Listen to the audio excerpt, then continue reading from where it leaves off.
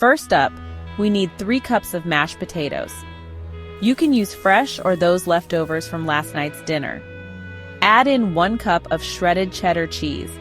Go ahead and use your favorite cheese if you like. Then, toss in 2 tablespoons of grated Parmesan cheese for that extra kick. Optional, but totally worth it, 2 tablespoons of chopped fresh chives.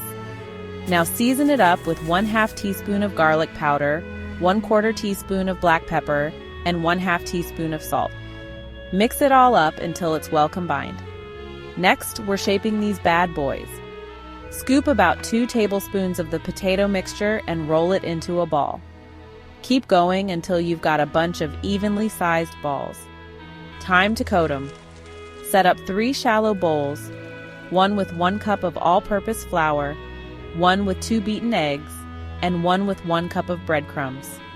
Roll each potato ball in the flour, dip it into the beaten eggs, and then roll it in the breadcrumbs. Make sure they're well coated.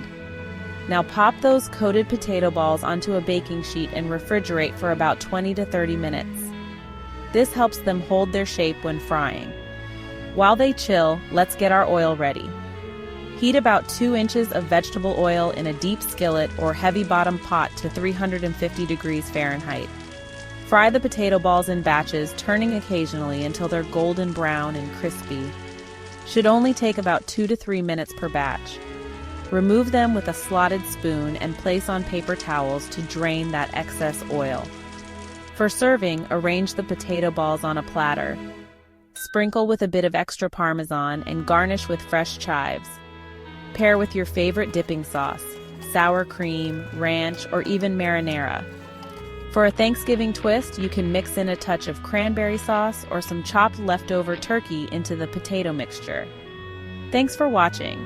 Don't forget to like and subscribe for more delicious recipes. Happy Thanksgiving and enjoy those cheesy potato balls.